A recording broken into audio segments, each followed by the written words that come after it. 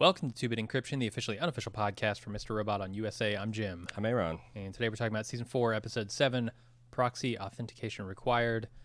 a.ron, what do you think of this episode? I actually been dreading you asking me this because I like a lot about this episode. In fact, I like a lot about this episode so much, it makes me really question the stuff I don't.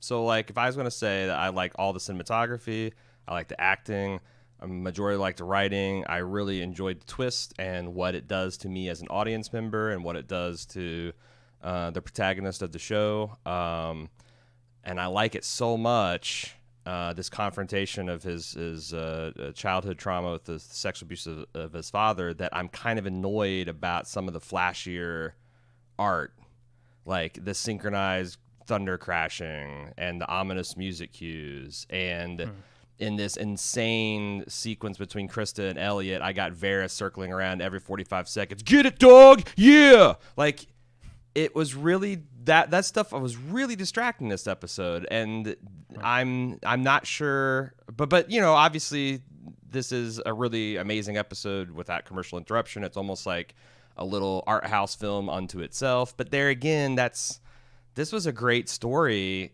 I felt like it was really gussied up more than it needed to be. The act title cards, all that stuff was so artificial that it got in the way of what was a really raw and amazing core. What did you think? I think this episode is great.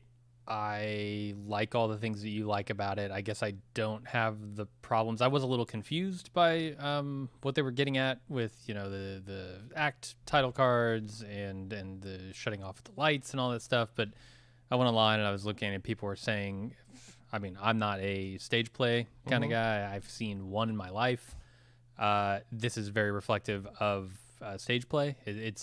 It's very Hitchcockian. It's very very much like you're sitting in a theater watching a stage play. And I think, I mean, obviously that's what he was going for, but like what meaning that has to the episode as a whole, I don't know, but the style of it was not bothering me. It made it feel a little more intimate, I think. Well, yeah, and when they talk about bottle episodes, this is a classic example. You've got 5-6 people, one set, 2 rooms, that you don't leave it except for the trunk scene in the beginning. And there's some things I really admire about that. It's just that I don't know. I'm thinking like this is kind of the Fly episode of Breaking Bad, but what if Vince had put title cards in front of every commercial break? And what if, you know, every time Walt said something pretending to the death of Jane, like an equipment buzzed and exploded in the background? It's like it didn't need any of that artifice. And at some point, if you don't need it to tell something to get to convey the emotional bandwidth, then, you know, is it extra? Is that stuff that should be peeled back? I don't know. Should this be a minimalist episode? Should it be a maximalist episode? I feel like when you're handling something this potentially kind of unprecedented or you know, untraveled ground in television, where you're talking about the nexus of like mental illness and child abuse and sexual trauma and therapy. You shouldn't layer on a bunch of icing on that cake. But you know, I feel like I'm the minority view in that. But it's just every single time, especially the second time I watched, with the lightning crashing and the thunder rolling and the minor chords jumping, kind of going for a Kubrickian The Shining kind of thing. But it just didn't quite get there because Kubrick didn't do The Shining stuff in Doctor Strangelove, and I feel like there was a little bit of The Shining in this episode, and I don't know. Like, I guess I can see if Sam Esmail's going for this is kind of a horror tale, But I don't know. I just thought it was distracting. The fact that I'm trying to figure out like what the hell was he just underlining points that I didn't feel like and I don't want to do the thing where I have to explain my criticism for 15 minutes and make it seem like I hated the episode when I really didn't. And these are just, I liked it so much. I'm like, God, could it have been better? And I think, I would love to see edited this with all that stuff stripped away. Okay. I mean, I didn't have a problem with it. I thought the lightning crashing, like all of the storm building was appropriate given the storm that was building in the plot of the episode. And to me, it really just all kind of was of a piece. It all brought me into it even more, as opposed to sort of like what it seems like happened to you as it brought you out of it. Yeah. I will give you like Vera, strutting around going, come on, dog, let's fucking get to the point here. Yeah. I want that 24 karat. Hit this therapy raw, dog. You're like yeah, at some point that's a little distracting, but it's supposed to be. I mean, like in those scenes, yes, it's distracting. Like he's disruptive to the whole process. And when it's only when, he finally like just settles down, steps back and stops interfering that Elliot can actually get to. Or he also pulls out the files and he stops just interjecting nonsense. And he's also the he's the stick in this situation. He's applying the pressure. Without him being there, this conversation wouldn't happen. So I kind of I mean, it's hilarious that he's this dog kind of nipping at their heels anytime things kind of get slow or whatever. But I just it did bring me out a bit, and I wonder if there wasn't some techniques they could do to minimize it. But what I think I read in many places, this is like the perfect episode with like over 10,000 votes on IMDb. Oh yeah, it has a 10.0 rating. Yeah, it's like the second highest rated episode of television ever. Yeah, so like clearly this is a quality episode of television, and it's fantastic. So now let me heap on the praise.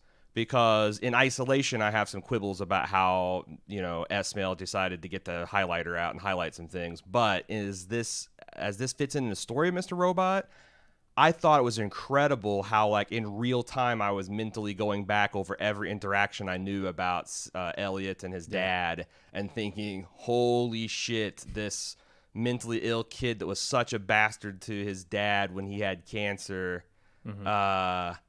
He's now all of these things where it's like he's talking about opening up a computer store and he's letting him slide on stealing money and he's taking him to movies that are probably not age appropriate. Like this seems like classic grooming behavior. And it also highlights the plight of children stuck in this situation and why so many people don't believe children when they're in these situations, because like we were the audience, we were the neighbors that just saw like what a great dad he was, and how, man, Elliot's really a troubled, difficult child. And we never thought like, holy shit, maybe there's something, maybe we should just believe that it's this kid that's traumatized and he's pain and he's angry. There's like a fucking reason for that. And the way it kind of judo flipped me as an audience member and made me think about all that stuff and makes me think about, Elliot's relationship with his family all around. And, I thought that's I wouldn't even be mad if this is the flip or the reveal that S-Mail was talking about. Like, we think he's talking about the third personality. He's actually talking about the sexual abuse because, clearly this has been, this has either been layered from the very beginning or from the first scene. I think it has to either that or like he's trying to pass off the mother of all strip mining from the past to build the present, like we talked about, and like he was just watching his own show and realized sometime writing season 3, holy shit, look what I've got here. Like that's the only two options, and neither one of them is amazing. So like what this does for Mr. Robot is, I think, depending on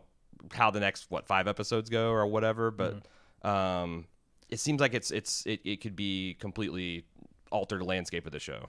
Yeah, I think it's amazing how it recontextualized all of the stuff we've seen before, but in a very specific way, like revolving around a character that's already been completely recontextualized in the first season. Like they've already taken Elliot's dad and made a huge twist on that. Now they've done it again here in season 4. It's kind of amazing that they can take the same character. That we get. Do we get any actual interaction with Elliot's dad in this series? We don't know at this point, because the barrier between like the difference between Elliot's dad and Mr. Robot is a hair's width here. Like Yeah. I don't know where one begins and the other ends. Like Yeah. the idea I'm very much questioning like the idea of whether Mr. Robot actually reflects anything about Elliot's dad at this point. Mm-hmm.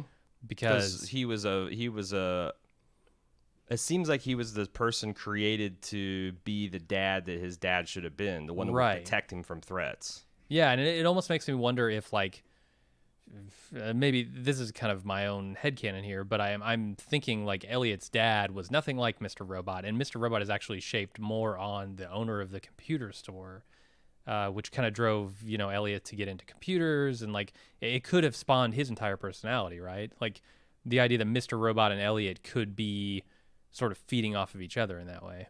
You don't think his dad is the same person that owns the Mr. Robot store? I don't know at this point.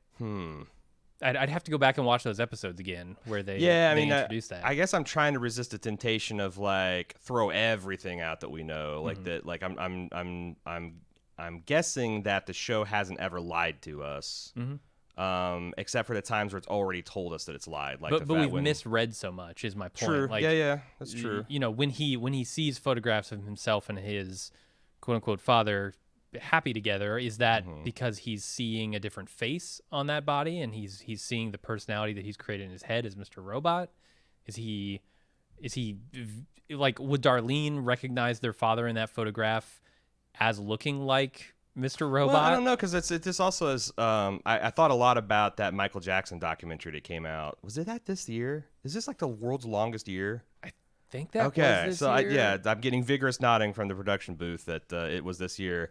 And you know, one of the things is like all these pictures of like them smiling with Michael Jackson while this abuse is going on, and you realize that like, you know, these people love their abuser, and the abuse is only happening a fraction of the time that they're together. And you know, one of the things that seems like his dad did was, you know, use instances of leniency or like, oh, you're ready for this adult thing as a way to bond with Elliot. And also it seems like his mom's a real piece of shit too. Like she was abusing him and like burning him, putting cigarettes out in his arms and shit.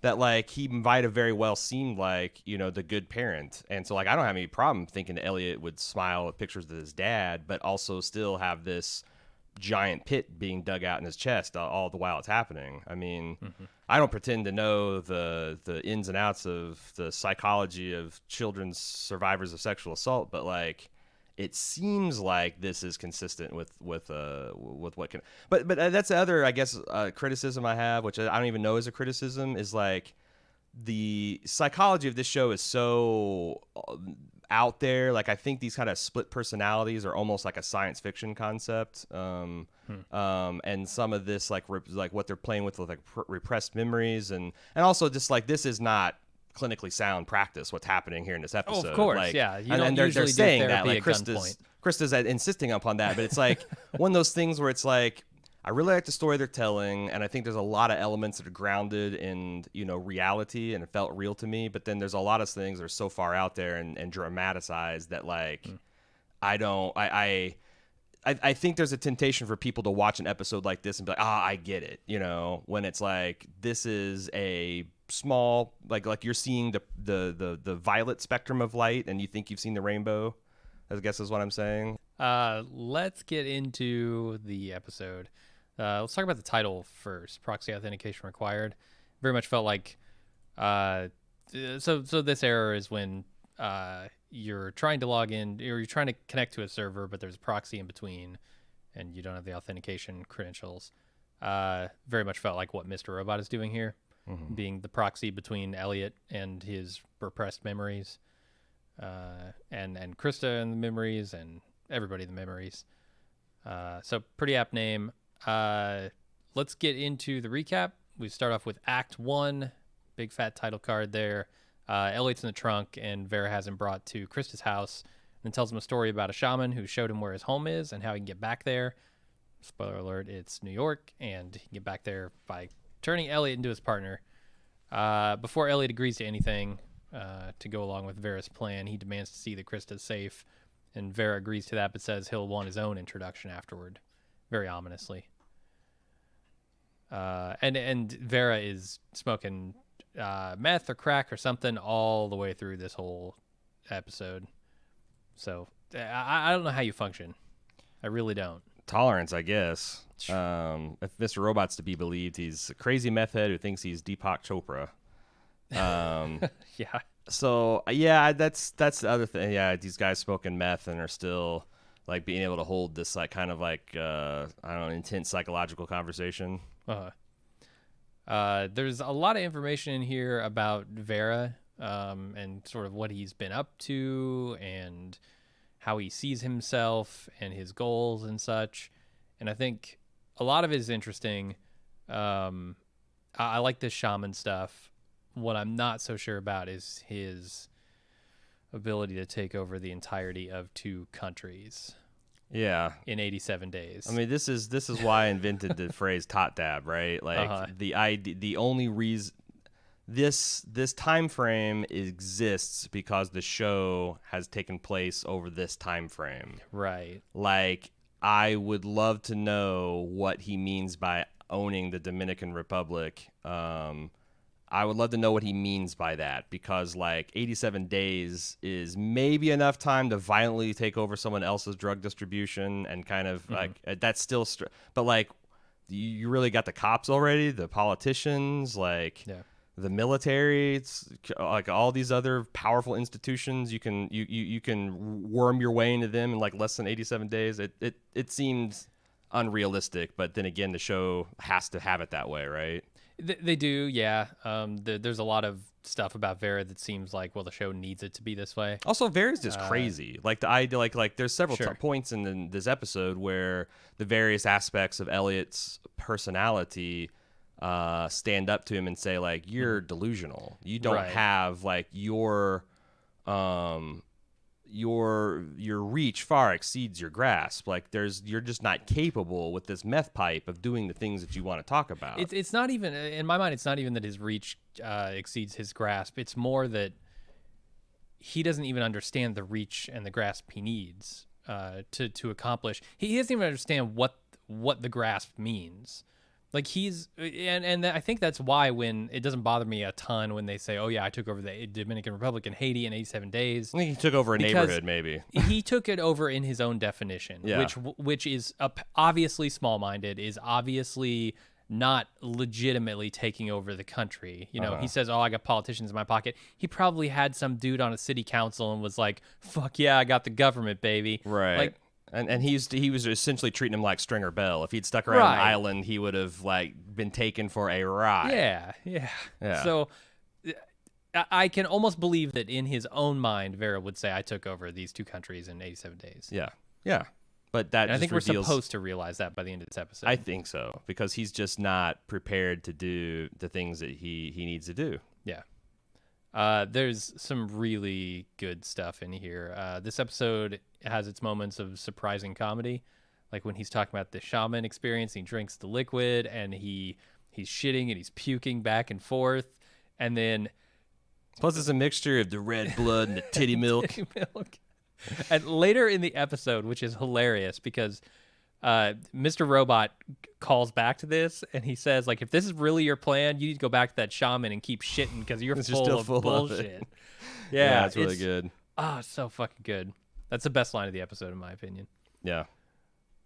But yeah, he kind of portrays himself as, you know, being this extraordinarily successful gangster who has taken over 2 countries, and then when he got everything he wanted, he fell empty.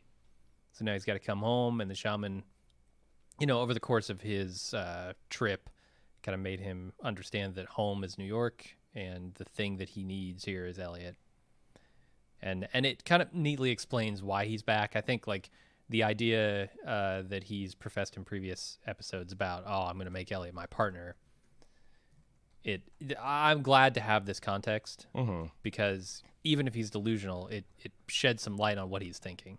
It is interesting because there's this question where I think the show knows it has to have an answer, and it gives one that seems reasonable but doesn't stand up to scrutiny. Is when, you know, Elliot's like, why did you look for me 2 months ago and you've been biding your time? He's like, I had to prepare, bro. And I'm like, well, how have you been preparing? Because like what you did is snatch Krista on Christmas Day.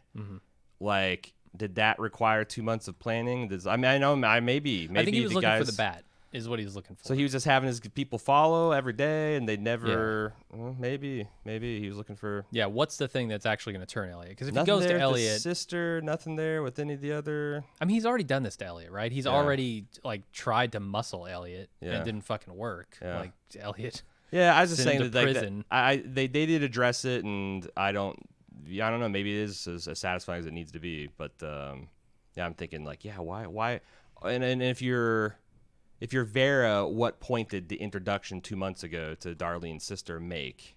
You know, like why? It's kind of like you know, if you got the element of surprise is something you could use, but before you have a plan and you know what you're going to do, and but you're self-aware enough to realize you need a plan, you're just going to be like, hey, looking for Elliot and ghost him for 2 months to do your recon. Like it seems like you do the recon and then just show up. Yeah, or I don't know. Maybe it's a psychological, because he clearly thought a lot about his gangster psychology. So like maybe like that's part of the preparation, is putting in the back of Elliot's mind that joke's on you. His third personality kept it from him. So all that's right. All that psychology didn't work.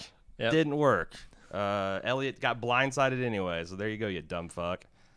All right. Anything else in Act 1, or should we move on? To Act 2. All right. Act 2. Vera More takes shitting and Act lots 2. more puking. All right. Act 2. Vera takes Elliot to see Krista, and then demands to be introduced to Mr. Robot, and he has to threaten Krista until Mr. Robot takes over. Vera tries to psychoanalyze Elliot and Mr. Robot to figure out where Robot came from. Mr. Robot kind of takes over this conversation and steers it to Vera's nebulous plan to take over New York. After Mr. Robot thoroughly shreds that plan, Elliot offers to help Vera rob from money itself, as he says, by giving him the cash he plans to steal from Deus later that night. Yeah, there's I really like how he just like really effectively pushed back against Vera. It's like, oh, you want to be a drug dealer? Well, Pfizer and Lilly have got you beat by billions, and if you ever made noise, they would rub you out. If you want to be a bit in real estate, buying the city is essentially just buying credit card debt. Mm-hmm. So you'll just own a mortgage that you have to own to the bank. It's like, you know, but then this is like, I think one of the most fucking Sam Esmail things ever written. It's not about how much money, it's about robbing money itself. Mm-hmm. And I'm thinking, I don't know, what the fuck does that mean? But I started really thinking about like in terms of the hack. Like, what is the top point? What is the statistic? Like the top 1% owns half the wealth in the world, something like that. Probably, I don't know. It's a big number, sure. Maybe it's 2/3 of the wealth in the world. Like, what would happen if you made that money disappear? Mm-hmm. Like, and how would you even do that? Like in the Joker, in the Dark Knight, the Joker stacks this all up in a pyramid and lights it on fire. Yeah. Like, but that doesn't destroy the value. And I kept on thinking, it's like, well, how would that work if you just like, if someone like transferred the top 1%'s wealth into a private account somewhere and just absconded with it? Mm-hmm. Like, would that be as easy as undoing like a bit? Because you're not destroying the value. That's the thing. Like, I think the people like, you know, that like freak out about, you know, money not being quote unquote backed by anything. It is backed by things. It's backed by values of companies and homes and dirt and oil. And like, if the government. Yeah, if you went in and hacked a computer to make all the barrels of oil in the world worth $0, guess what? The oil's still there. They still and that still has intrinsic value. And like, and so I'm like, you're essentially erasing the score is all you're doing, right? Yeah. But the people with connections and the people who own property still own that stuff and still have those connections, and they will reestablish their power and their dominance almost immediately. Yeah, it's like if you went and like in the NBA Finals or the Super Bowl, better example, 5 minutes to go in the fourth quarter, hacked the scoreboard to make it go 0-0. Yeah. Like 250 million people have been watching this game live. We know what the score was or can approximate it. Like, this might cause chaos and it might take a while to figure out. And maybe that's it. That like White Rose, this Congo hack is so sensitive that like having all of her money disappear for even a day or two would fuck her over. But it feels like it's something more permanent than that. And I was just thinking like, oh God, I hope Esmail's got something that's going to make sense, because you can't just Rick and Morty this. You can't just set the value of a dollar to zero, or you can't just like take all of White Rose's money and that's the end of the story, because White Rose still has an army. White Rose still owns like all the governments of the world. White Rose has a tight grip on all the telecommunication systems. Like it's just like hacking the Super Bowl scoreboard. It's going to do nothing. Yeah, I really wonder if this show is going to end on an uplifting note or if it's going to be kind of bleak. Because like when I think back to when Bobby Cannavale's character Irving took Elliot to that building and was talking, or Tyrell to that. Was it Tyrell or Elliot? Which building? Looking at the building where the rich were partying after the 5-9 hack, right? Like they didn't give a fuck. Right. And he said, like, basically there's nothing you can do to these people. This 5-9 hack does nothing. Because of the things that we just talked about. In fact, all you're doing is setting them up to buy, to rebuy all the things that everyone's lost at half off. Look at the crash in 08, right? Like the real estate crash. Like half of the real estate that was taken from the people who were living in the houses was bought up by developers, and it's just being fucking flipped or now rented back to the people who couldn't afford to buy it in the first place. At double the price. Right. Like the people who benefit the most from these events are the people who have the money to capitalize on those events. Yeah.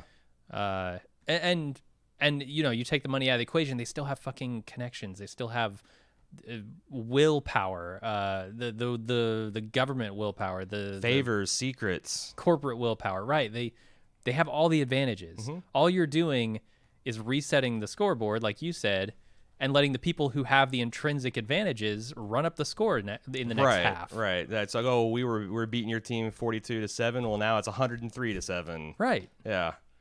So I wonder if the end of the show, interest on the points while we're figuring everything out. Right.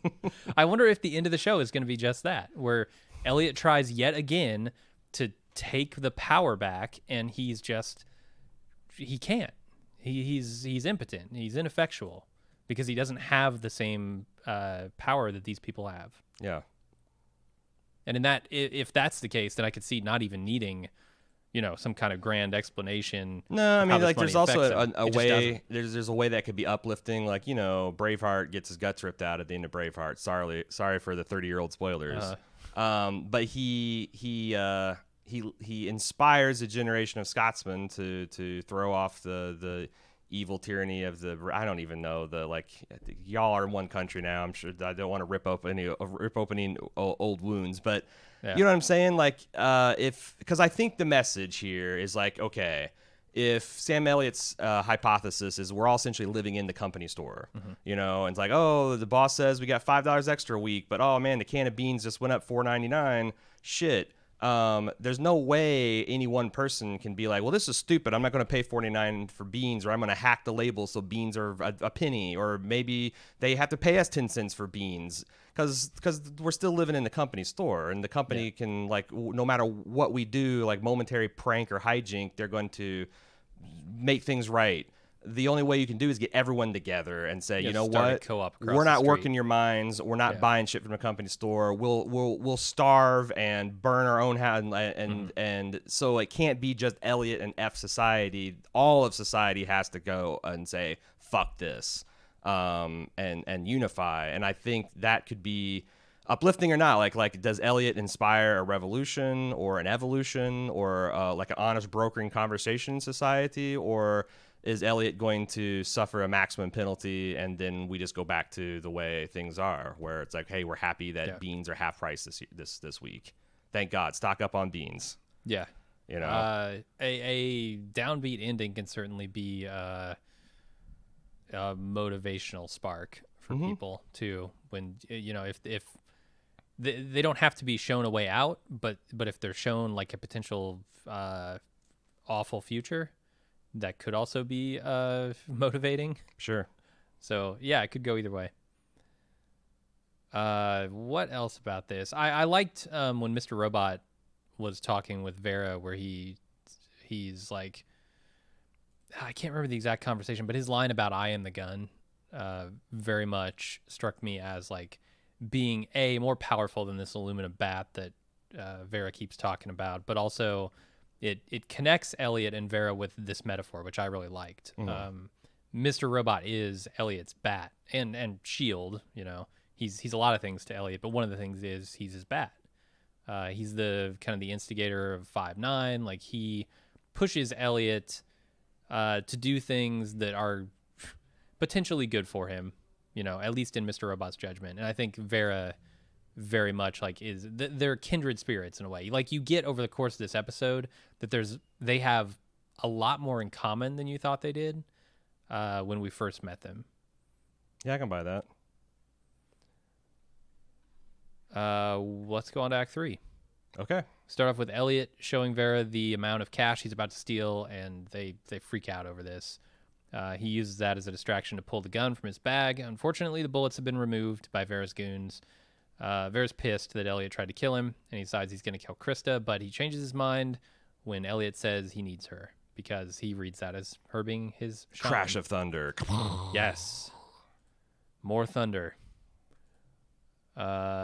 We were questioning, I think, in the previous episodes whether Elliot still had the gun from the van that he picked up. Still has it. I was really going to call bullshit, too, if there were bullets in that gun. I was prepared. I saw that gun. I'm like, are you kidding me? They didn't check his bag? But I could almost buy it because they're all competent, but like to a point, you know. Yeah. How competent are you smoking bowls of meth? Mm-hmm. I would say not very, but you know. Yeah. But the realization of Krista is his shaman, like this is the thing that makes sense to Vera because Yes. you know, like Vera is not extremely well read or educated, but like he learns experientially and he knows the value of having a good head shrink, and he realizes that he's inadequate to be the one asking the questions and guiding Elliot to the place he needs to be. Yeah, I did like that. The fact that, you know, he realizes like I can't have this breakthrough with him. He needs to have it with his shaman, just like I did. I don't have a lot more on Act 3. Nope. Act 4 is where the real meat is. Sure does. We start a therapy session. Sure does. What the fuck? Sure. Don't let me get away with that shit. The meat sure does. Has a lot of meat. Sure does. Well, I guess does that actually track? I said that's where the meat is. And you said Oh, sure does. see, yeah, it doesn't. Sure does. Are you hungry, a.ron? Sure does. Okay, Get Jim. her done. Whew. All right, we go to Act 4, which begins with a therapy session at gunpoint. I don't think the way it's usually done, but I don't know. I'm not a therapy None of my expert. therapists have ever held a gun to my head. Maybe I should go and ask Imagine for my the money breakthrough. back. Yeah, that's what I'm imagine thinking. How That's what I'm quickly. thinking, right. That's just a stalling tactic. They're just milking you. I'm going to break through your skull or this bullet will. Krista and Mr. Robot are extremely reluctant to get to the root of why Mr. Robot is created. Vera reads from Krista's notes on Elliot, which makes Elliot curious, so he demands to know why this event, the day that he was pushed out the window by his father, was so important to him. And Krista guides him to the conclusion that he was sexually abused by his father. And I have to say, this acting job is incredible. Like, Rami Malek is so good going from like anger and confusion to sadness and grief and like pain. And this, you have to give it. Look, he won a fucking Emmy for season 1. There's no comparison. This is 10 times better than anything he did in season 1. Oh yeah, and you know he had a great dance partner, Gloria Rubin, there with him. Yeah, and that's why I'm saying it was Slater and Elliot Villar, like all these. Everybody in this fucking scene is outstanding. I don't know how you pick a best supporting actor. Yeah, but that's why I'm saying like it's like Vera kept on like defacing this beautiful painting I was seeing, and like I said, that might be kind of the point, but I don't know. I like I said, I don't want to bitch and moan about it, but like yeah, every single time I was like really getting into performance, and there's also this neat technique where it's like I did not see this twist coming before this episode, but like I saw it coming a long time before Elliot did, and yet it still didn't feel like a lot of times when that happens, I feel impatient because I'm like, geez, this is a smart character, but like the way they were playing it, this was like layers of like trauma and repression that was being broke, and it felt like, you know, breaking through with a hammer. Yeah. And when you've got Mr. Robot there too, saying, please don't do this. Like, right. He's not ready for this. Like, right. You're fighting a bigger battle here, and so the extra time that it takes. It gave us that time to like have the realization and pick a side and join Mr. Robot and Krista being kind of scared about like the traumatic surgery that's happening on this guy's brain, and being afraid for Elliot, right? Like, what is this going to do to Elliot? And I think having Vera there shouting like, "Get this fucking done," is a danger element. Like that makes me scared for Elliot. Not that that Vera's going to put a bullet in its head, but what it's going to do to his fucking head when he finally does have this breakthrough. Yeah, and there was the last little bit of levity before we had this fall where, like, Krista makes all these valid points about what a bad idea all this is, and, like, Vera's one concession is, well, I'll kick my 2 flunkies out of the room. And they're like, I don't know, man. I kind of personally invested in seeing where this goes. And she didn't call in Krista a cabbage ass bitch or something. I have no idea. And then that's the last grim chuckle you get out of this episode. But I'm glad it was there. I felt like them, and like I had empathy for these characters being kicked out of this room because I did not want to shut the episode off at this point. Yeah, can you imagine being like this happening in front of you and someone kicking you out? Right. And they hadn't even spent 4 years with Elliot, whereas we have. So yeah, it really worked for me. And I look at kind of the conclusion of this scene where he was being sexually abused by his father, and I start to recontextualize everything we know, and right down to the first scene of this entire series where he's sitting down in Ron's coffee and busting this child predator, this guy who's got a child pornography ring that he's running. That was all set up, I think, from day one. Like he knew the S-Mail knew where he was going with this show, and in my opinion, it shows. Yeah, why and it's one of those things where it seems that's the great thing about this reveal is it makes perfect sense in retrospect. It doesn't force us to throw out any information that we knew before. It just causes us to recontextualize everything. Yeah. And like I said, I haven't seen them all, but I was going through a lot of threads and like looking at different interactions with them. And there's one really arresting one where, Elliot is angry with his father because he's sick and he won't admit it. Is that in the theater?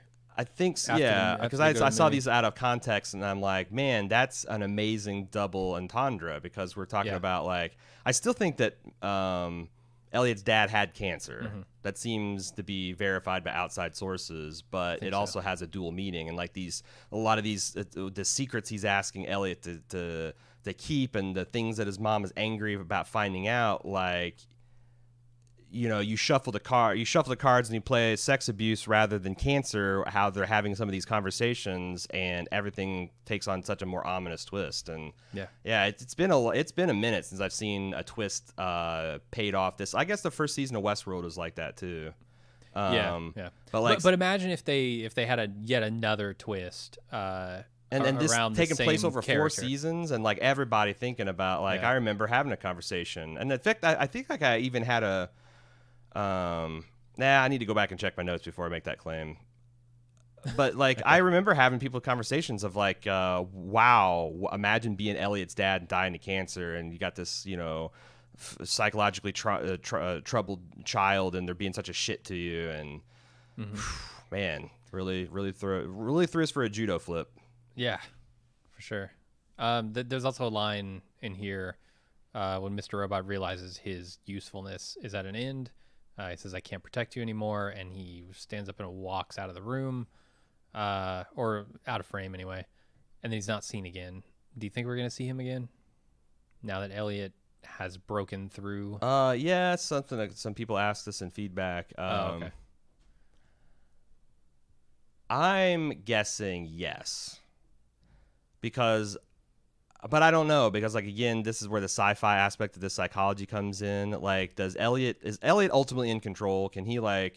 Does he have control, or is this something that's out of his conscious control? Because if it's out of his conscious control, whatever created Mr. Robot to protect him could call on that again when he needs protecting or needs to be tough. Or I guess we could be seeing this as the integrate. It would be interesting if this is the integration of, like, him and Mr. Robot, but then there's now the third personality that we're going to meet. Right. So, like, I guess I could see it either way. Played by Christian Slater. I was going to say, I could also see, like, the edgy the evil Mr. Robot is Christian Slater with, like, a little bit of an edge to him, or just, like, more angry, more grimacy.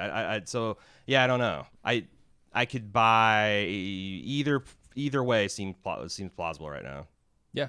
I'm looking forward to future episodes. Do you have a side of the scale that you're on? I think I'm just slightly over the edge to we will see him again, because I think his usefulness is more than simply cordoning off Elliot's memories. Like you said, if he needs protection, I think Mr. Robot is a perfectly fine personality to fall back on. But like Varys said, that like Mr. Robot's not the scary one. Mr. Robot's the bark. Elliot's the bite. Yeah, I almost think he wants, like, I would want him to have a conversation with Mr. Robot about why he was needed in the first place and why he kept things from him. And, like, because this episode does not directly, it does not put Elliot and Mr. Robot directly in conflict. Mm-hmm. It, like, kind of does it with a proxy via Krista and this therapy. And I guess I would like a scene between the two actors, Remy and Christian, but Right. I don't know that it's necessary. This could be a perfectly good sign off for Christian Slater, and I would feel satisfied. It does feel like Mr. Robot and Elliot should team up against this third personality that's working against them, though. Could be. Like, I could see, like, even if it's the last episode and they're depending on who that is. Yeah. Sure. Okay, and then we get to Act 5. It's the aftermath of Elliot's breakthrough, where Vera is trying to empathize with him, revealing that he was also sexually abused as a child, and steer his grief into the partnership he's been wanting for the entire season, telling him that living through this pain makes him special and powerful. And just as Vera is about to get everything he wants, with Elliot as his partner, Krista puts a knife in his back, killing him. And then the power cuts off sequentially. Are you supposed to understand that that's a real thing that's happening, or is that a dramatic effect? No, I think it's a stage play dramatic effect. Because this is now, we've got to be very close to when the Deus group is beating. Extremely, yeah. I'm okay. So I'm going to say it could be like 5:30, 6 p.m., something like that. He might still have a few hours. Because this starts in daylight and it ends in the evening, and late December would be and it very gets dark. Like 5, 6 o'clock. Yeah. So we could be like 6 p.m. He's got a few hours. Okay. All right. Yeah, I guess that's true. Because I was thinking, like, is this a synchronicity where, like, Elliot's already missed the thing, and, like, that the could result also be true of the hack is that these powers getting cut? Like, I don't know. Or is this White Rose's countermeasure to it? Or, like, I'm trying to think of, like... Deus is like, well, guys, we lost our money. But I don't think power works that way. You know, it doesn't shut off section of the room at a time. Right. But, you know, a lot of... That's... But...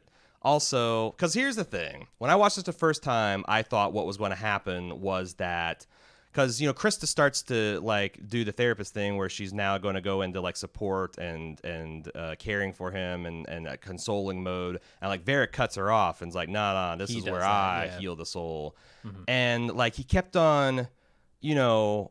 Again, I don't have a master of all the psychology, but, like, you know, when he goes, he's in wounded animal mode, and when and Vera just kept on violating his physical and emotional boundaries, which I imagine is something you don't want to do to someone who's just confessed this thing, because they're in a vulnerable state. They're feeling the vulnerability they felt as a child. They're feeling that same vulnerability as an adult, and I think it's very important in building them back up. Is like if they say something like "Don't touch me" or "Stop saying these things," like they're looking for any way that they have control. And I think a lot of well-meaning people might grab a person and be, you know, hug them and like, "Don't push me away, I love you," but like that's then you forcing yourself on them, re-traumatizing them. It's exactly what Vera's doing here. Right, but I'm like forward therapy. And I say, well, this isn't going to work, and Elliot's going to, instead of ingratiating to him, Elliot's going to see him for what he is, and he himself is going to break free. And there is a moment where he starts to do that, right? He turns to Vera and he's like, "You did that. You're the problem." But Vera beat him, and I think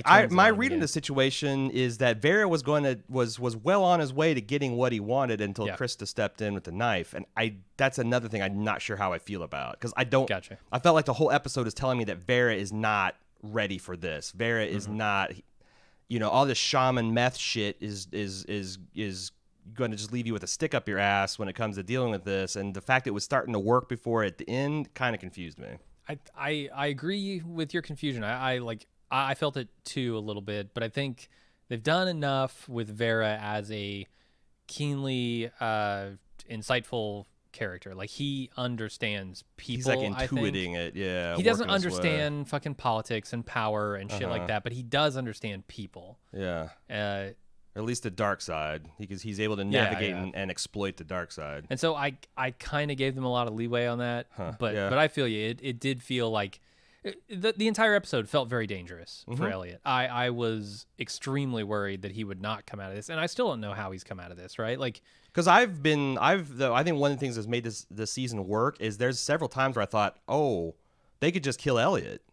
and then this could be Darlene and Dom's story. Yeah, And I yeah. wouldn't even be mad. And like whenever I think about that, I'm like, oh shit, if Sam Elliott realizes that, then he can kill Elliot. And so it's like, so that this being the final season, it's just kind of like the final season of Breaking Bad, where it's like probably not, but you could kind of see where Walt would die mid-season. This turns into Jesse's story. Like I'm feeling that possibility is there, and that gives these scenes juice. Yeah, it sure is. So let me ask you this: after all is said and done here, how does this affect Elliot's plans for how does this affect Elliot in the future? Period. Man, that's the hack that he's supposed to do in all the potentially a shit few that's hours. happened with Olivia, with Vera, with Krista, and he's like maybe 3 hours away from the biggest hack of his life with the most powerful people in the world. Yep. And his sister is currently a captive. He doesn't know this yet, but his sister is right, like captive there's White no Rose. good news. It's just worse news. Uh-huh. You saying it this way, I didn't even thought of that, but like, man, how realistic is it going to feel if like Elliot just fucking beasts through the next few episodes with but I don't know, he's got the way to do it. Like if he just disassociates from the emotional side and just retreats heavily into the Mr. Robot, he could probably do that. It would be very damaging for him, and maybe they're setting him up to be like a Christ figure, that he's just sacrificing his fragile sanity to pull off this hack and try to get his sister safe, try to get, society safe. I don't know. What about Krista? Do you think there's any possibility that we see Krista go along this journey with him as his new kind of Mr. Robot, his sort of like shaman If I'm guy? Krista, I'm calling the cops and fuck y'all next episode. Like, cause like, like is Krista a real person, or is she an action heroine? Because if she's a real person, she just calls the cops and says like, Elliot, you can bust out of here if you want, but I'm staying here. I'm calling the cops. I'm calling my boyfriend. I'm going to cry for weeks. Like, I don't think she's inspired to. This isn't the who was it? The airline stewardess that Arnold Schwarzenegger picked up in Commando is going to like fire the rocket launcher in the wrong direction and have hijink. No, I think she needs to sit it out. Okay. Yeah. Sounds good. I think this also, with the death of Vera.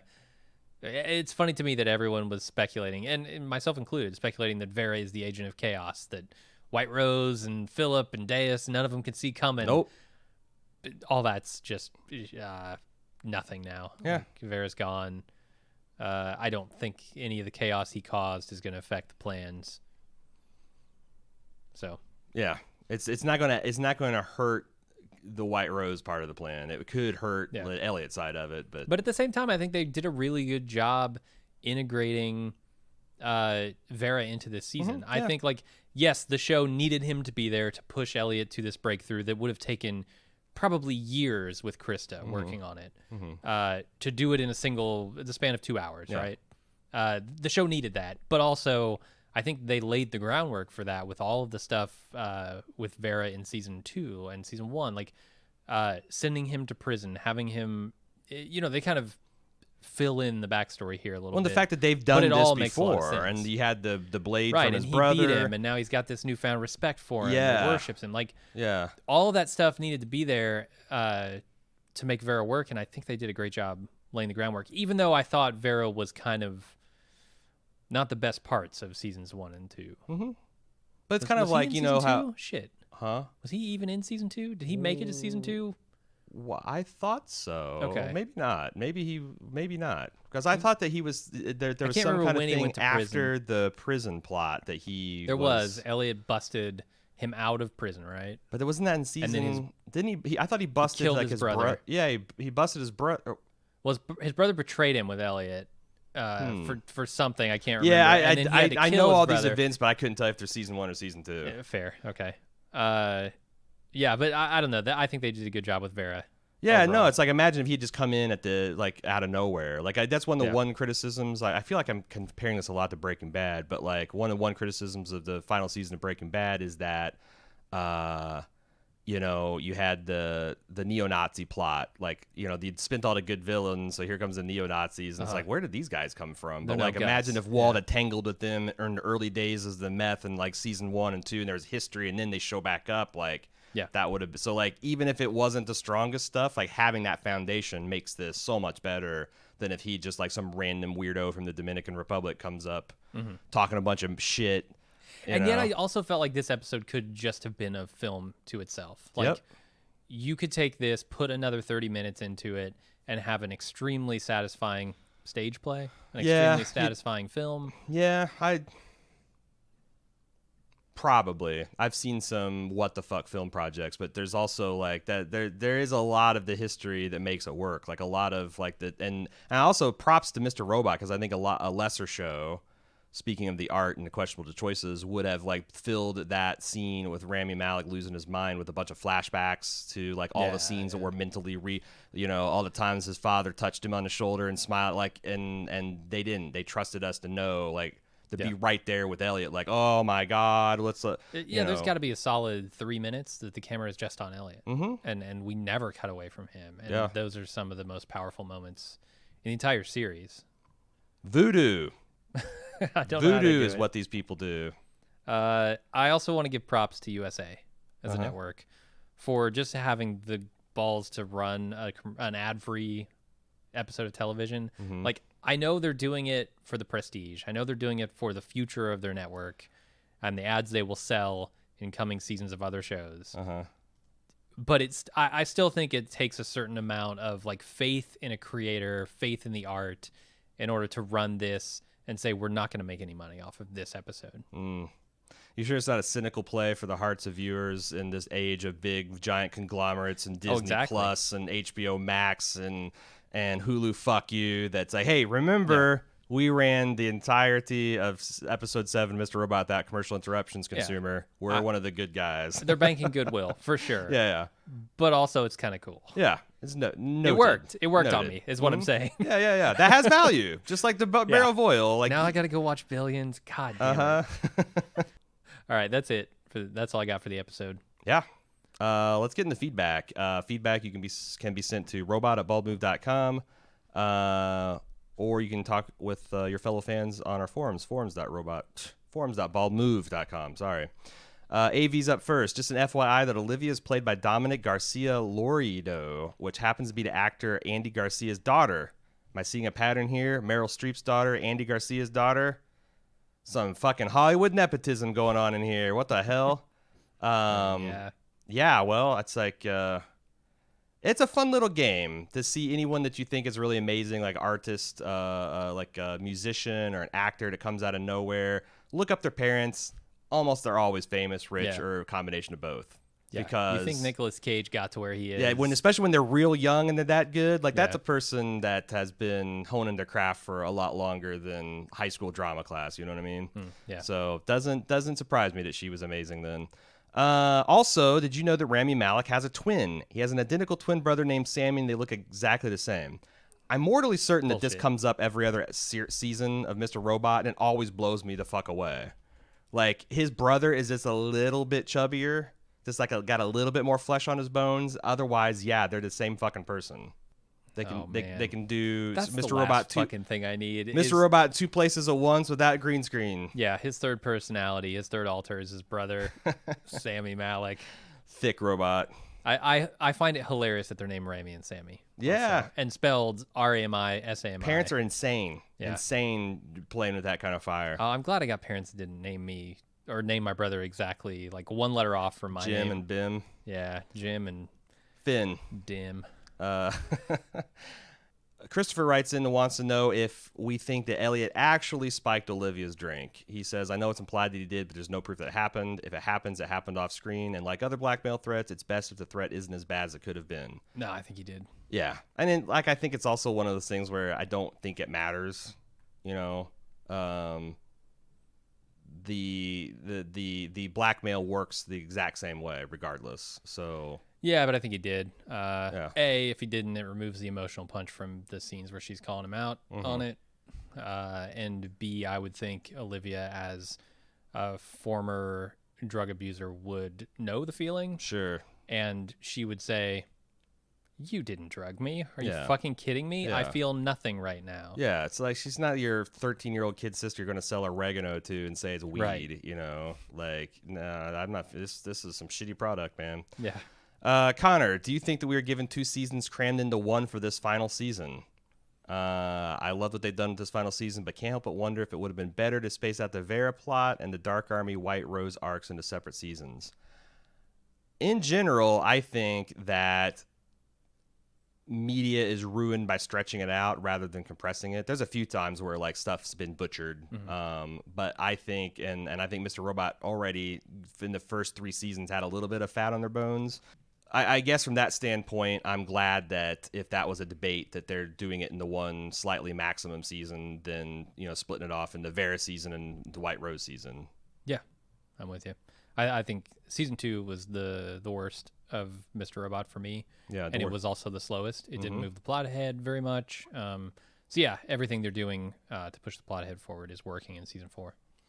Dan in Connecticut, at about an hour into your season 4 episode 2 podcast, you're wondering if Esmail writing himself in the show as God. And I immediately thought of Breakfast of Champions. This is a book about free will, and it closes with Kurt Vonnegut entering the story as the author/God to speak to one of his characters. Spoiler alert, Jesus. Yeah. I want to say it's been done and it can work. You got to trust in Esmail. Then I wondered if he seeded the show with any references to breakfast. I just finished rewatching the entire show, searching for Vonnegut books on shelves, and I found an extremely overt reference. Breakfast is set in Midland City, which is the name of Ray's website. Ray, of course, being the... what do you call that with renal failure where you have to have your dialysis? He's the dialysis Office Space. Yeah. Yeah. Or exactly. not Office Space, The Office. Yeah, exactly. So hero to the pod or to the show here, watching the whole thing, looking for Kirk Vonnegut references, and found one. Exactly one Breakfast of Champion reference. Okay. So, Deborah, from some reason, I had this gut instinct to go back and watch the 90s sitcom they did at the beginning of season 2, episode 7, which always seemed off to me somehow. Like it was really about, or is supposed to be about the Tyrell and Elliot plot, even though it seemed like it did not. In light of tonight's episode, if you rewatch that sitcom section, this script becomes extra creepy. Like for starters, the theme song lyrics. Imagine yourself in a world numb with pain where the crazies believe in their twisted love. Or the dad telling Elliot that he's imagining the body in front of him, a.k.a. the baggage that's been hidden in the trunk all along. And Elliot screaming, he's right in front of us. We're staring at him. Am I the only one who's not batshit crazy? The dad saying it'll feel good if you let it. The dad basically forcing Elliot to throw the baggage back in the trunk. The dad saying, son, I know your gut's saying not to trust me, but why don't you just try going along with it? In context of today's episode, there's this moment where Elliot gets super quiet and then talks about his family vacation was the moment that he got buried. Yeah, I think that there's going to be a cottage industry on Reddit and on our forums and elsewhere of people going back and mining all of these, like, very in light of the current episode, dark moments. And, yeah, everyone that gets surfaced makes the reveal that much more impressive, I think. Travis has a dissenting opinion in this episode. I'm not a fan of this season's structure or pacing. More than halfway done into the season and still have a ton of White Rose and third alter ego stuff to get through, and then Esmail dumps this episode on us? For me, I could understand Edward Alderson being abusive, but being a pedophile seems out of left field to me. It feels like something created for season 4 than retcon to fit the series as a whole. It could be, and yes, it does feel out of left field, but it's kind of like Bruce Willis as a ghost at the end of Sixth Sense left field. Like, you didn't expect it, but... on further review. But there, there again, I guess that's because I even said at the beginning, like, either one of this could be true. This is either just an amazing reveal intended in the beginning or something that they realized was there as they were writing it and they're trying to pass it off as the former. I don't know why you would do that. Yeah, I don't know. I was going to comment on some interview with Sam Esmail, but who knows how much credence usually into those. Right. But the fact that we can go back and it's embedded into even so much as the very first scene of the very first episode of the show, to me says that this has been something they've been baking the entire time. And I think, like you said, every time somebody uncovers like another recontextualized scene, not only does it make the reveal more juicy, but it makes the reveal more incredible or more, it fills out the path, right? It shows us like, oh, this is the path we've been on the entire time. We just didn't see it. And I think that in my mind is the impressive part. And I think it's why I'm not willing to say, oh, they just retconned this. Matthew K wants to take this last chance to look forward and make predictions since we're just past the halfway point of the season. Here's some questions. Will we see Mr. Robot again? I think we talked about that. Mm-hmm. Do Elliot, Darlene, or Dom live or die? I'm going to guess Elliot dies, Darlene and Dom live. But also Elliot might die, and like between Darlene and Dom, I think Dom's probably the one more likely to die because it's more tragic. Another alternative: Elliot lives, Darlene lives, and Dom dies. I mean, Elliot living and Darlene and Dom dying is like, I don't think Elliot gives a shit about Dom, but Elliot living, Darlene dying is like maximum guilt. Yeah, maximum sacrifice as far as Elliot's perspective. I feel like. Do we feel like we could get a happy ending, and what would that even look like? What would a satisfying ending look like? I feel like we kicked that around a bit. Kind of, yeah. Does the 1% get taken down after all?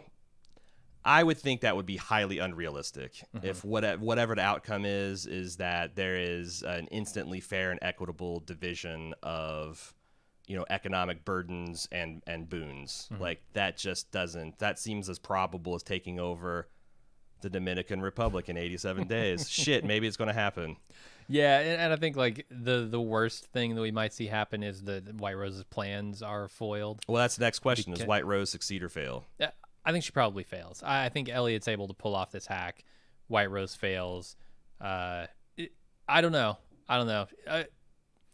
Is Elliot going to be brought in? Because like White Rose wants to try and convince him that they're on the same side, right? Mm-hmm. They've got a few hours before this meeting. They surely don't know where Elliot is at this point, do they? Probably not. He was stuffed in a trunk, driven across the city. I can't imagine they know. How are they going to find him, get him there before the meeting, and try and convince him not to do this hack? Yeah. And how is Darlene going to find them without the app that she's got? Man, this is the longest Christmas day in history. Yeah. But it's going to get longer. We still got several hours before the big meet. Okay, I'm gonna go to lightning round because we got a hard out we're coming out on, and we got a lot of great feedback this week that I'm not gonna be able to read fully. Let's see. There was Tom, the therapist friend from Atlanta. I was questioning is he actually was really impressed as a therapist about how well they showed this depiction of trauma response. In fact, he said it was the most accurate depiction of a trauma response in a session I've ever seen on TV. So that was interesting because, again, I had big questions about how kind of real this stuff was, and at least that part of it was real. Tom, known for his gunpoint therapy technique. Yeah. He's pioneered it. He's quite good at it. It's a shame more insurances don't pay for it because it's so fucking effective. You need a combination of mental and physical health insurance for that. Kristen had a really long and thoughtful email, and I'm fortunately going to have to shorten on the fly. She was blown away by the revelations about Elliot's past, as we all were. And she was thinking about all the different scenes and context, and one of the things she thought was interesting was did Edward Alderson die of cancer? Which I think you asked as well. I'm going to say yes. I feel like that's independently verified by several outside people. It's why him and Angela bonded, because both of their parents worked at the same facility and died of the same cancer. You're saying that you're a little bit more open to it being true from a different point of view kind of thing. Yeah. And she also wanted to say, what of the other Aldersons knew the truth about what's happening between Elliot and Edward? Darlene? I don't think Darlene knows. I think Darlene's she was too young, and she just saw Elliot. Now that she knows her brother is psychologically disturbed and has prone to outbursts of violence, him just grabbing a bat and turning on his dad jumping out a window is just well, that's Elliot being Elliot. Right. So I don't think she knew. The mom, there's that I got to go see some of these scenes them sitting and talking at the hospital in context. And weren't there scenes with her when Elliot's in prison? Right, talking in the kitchen. Yeah, and I'm wondering when did she start abusing Elliot? Because there's a lot of weird reactions parents can have to revelations that their children are being abused by their mate. Denial, thinking that they're making it up and being destructive. Then the father dies, and I don't know. There's some things that I'm kind of up in the air about, but it wouldn't. I think the mom knew. but what her reaction was to it, I'm not sure, because I would buy that both of these parents were abusive of Elliot in their way, and it's kind of was that way from the beginning, and maybe Elliot shielded as much as he could, shielded Darlene as much as he could from that, but. That's the feedback we got this week. Thanks for everybody for submitting. And again, I apologize. I had way too much feedback that we could read in our allotted time this week. If you'd like to try again next week, man, where does the season go from here? I mean, it's got to go to the hack, right? It's got to go to a meeting with White Rose. The hack. There might be one more episode where they can kind of set the table, because that hack kind of feels like it might need an episode to breathe to, and like it'd be very improbable for me to believe that Elliot's going to roll from this episode right into the hack without missing a beat. Sure. And there's time, like if you're right about the sundown thing, there's like anywhere between 90 minutes and 3 hours to kill. So I would like to see an episode where maybe they do a little bit of table setting and processing of what just happened. Yeah. But we'll see. We'll be back next week for another complete breakdown of the episode. Until then, I'm your host, a.ron. And I'm